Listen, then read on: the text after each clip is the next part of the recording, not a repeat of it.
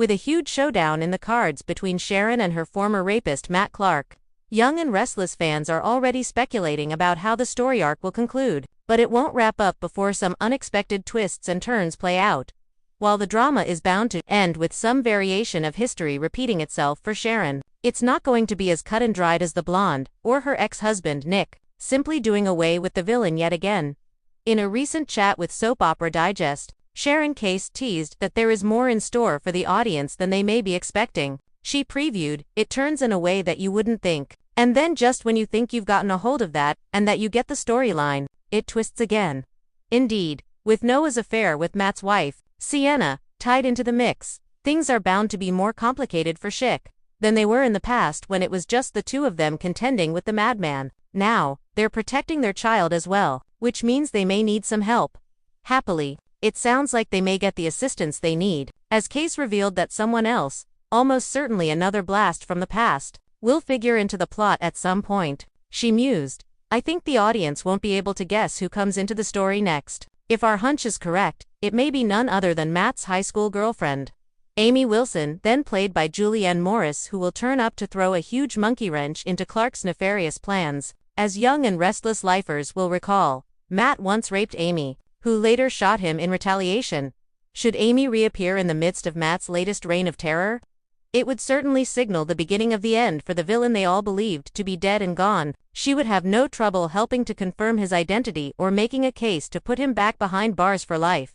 As Nick will warn the cops, this can only end one of two ways, with Matt dead or back in prison for life. When the past comes knocking on Genoa City's door for decades, The Young and the Restless has elevated the art of resurrecting the past. No show understands the intoxicating combination of memory, trauma, and unfinished business quite like Y&R. And now, as the series enters yet another era of heightened tension, betrayals, corporate warfare, and generational resets, the writers are preparing to unleash the most explosive twist in years. A twist that does not simply revisit history but rewrites its consequences. Trisha Dennison is coming back to Genoa City. Yes, that Trisha, the psychologically unstable, manipulative, dangerously obsessive antagonist, whose past is intertwined with one of the most sinister figures in Y&R history, Matt Clark. Her return promises not just chaos, but the unraveling of the very foundation of Matt's deadliest secrets, and possibly the undoing of the influence he still holds beyond the grave. Because make no mistake, Matt Clark has been gone for years, but his presence still lingers like a ghost in every dark corner of Genoa City, and if Trisha has information, evidence, or even manipulated memories that expose what really happened in the years leading up to Matt's final exit, this could be the beginning of the end for the Long Shadow. He continues to cast. This isn't merely a comeback, it is a reckoning, and in true Y&R style, it's set to pull in the Newmans, the Abbotts, the Chancellors, and every bystander unlucky enough to cross paths with Trisha's spiraling mission.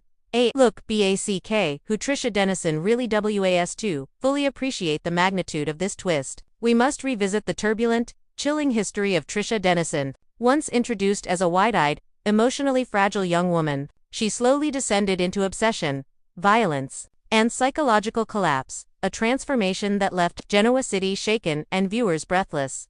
Her most defining connection, Matt Clark, the charming yet menacing sociopath who preyed upon her vulnerabilities. The perfect storm of manipulation. Trisha didn't fall into darkness alone. She was carefully pushed. Matt saw her weaknesses, he exploited her grief.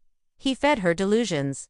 He controlled her until she became everything he needed. A weapon. Their relationship wasn't love. It was entrapment disguised as devotion, and now, decades later, rumors swirl that Trisha has spent years undergoing intensive psychiatric treatment, and that during that time, she began to recover memories she didn't know she had. Memories about Matt.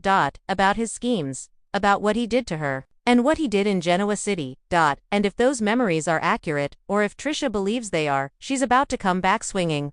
Why now? The timing of Trisha's return is no side accident-y, and R rarely reintroduces characters without a greater narrative purpose. So why bring Trisha back now? 1. Genoa City is ripe for a psychological thriller arc between corporate rivalries, romantic betrayals, and the usual power plays. The show hasn't had a full-blown character-driven psychological thriller in years. Trisha's return reopens that door. 2.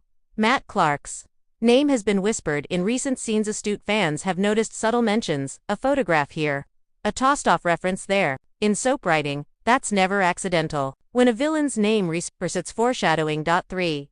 Y&R is resetting legacy villains just as the show has revived the specters of Diane's past, Phyllis' manipulations, and the darker chapters of Victor's empire. Bringing back Trisha connects the current era to one of the most chilling arcs of the early 2000s. Point 4.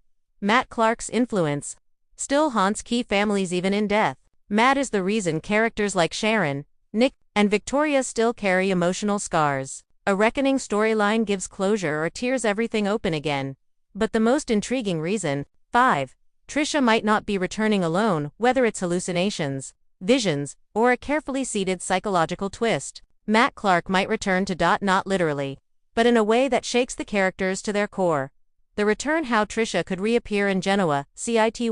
Imagine the episode, a stormy night. Thunder cracking, an anxious knock on the Newman Ranch door. Nikki opens it, and there she is. Trisha Dennison, saturated from the rain, trembling, wide-eyed but oddly composed. "I need to speak to Victor," she says, voice shaking. "It's about Matt Clark." Boom. Fade out, dramatic music. Cue chaos. But there are multiple ways Y&R could craft her return. A voluntary return triggered by a breakthrough in therapy. Trisha may claim she has uncovered memories related to Matt's final months, memories that exonerate someone, implicate someone, or reveal unknown victims. B. A manhunt. Trisha escapes a facility. This would lean heavily into high-stakes suspense, and if she's unstable, Matt Clark's end becomes much more tangledc. A Newman or Abbott summons her. Perhaps Victor believes she knows something useful. Perhaps Phyllis wants to expose old crimes. Perhaps Sharon faces a threat tied to the past. Trisha appears after contacting Faith or Summer Younger. Characters receiving mysterious messages about history they barely remember brings generational drama into play, whichever path Y&R chooses. One thing is certain. Her return spells trouble. Trisha's mission, the secret she's dying to reveal. Every comeback needs a purpose, and Trisha's is powerful enough to ignite months of storyline. During therapy, she begins having vivid flashbacks, some memory, some hallucination of conversations with Matt. Not the charismatic manipulator she once adored, but the monster behind the mask. And in these memories, Matt hints about crimes never uncovered. People he set up, evidence, hidden alliances, unknown, and a final secret he believed would never surface. Trisha believes she is the only one who knows.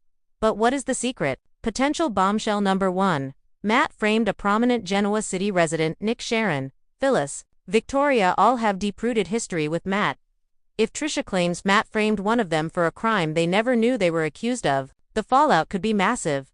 Potential bombshell number 2. Matt had an accomplice. Imagine if Matt's reign of terror wasn't solo. Imagine the accomplice is a Newman employee, a rogue detective, familiar face from the past, or someone currently posing as a hero. Potential bombshell. #3. Matt planned one last attack before his death. Trisha reveals he wasn't finished, that his plan was interrupted. This sends shockwaves through the especially Sharon.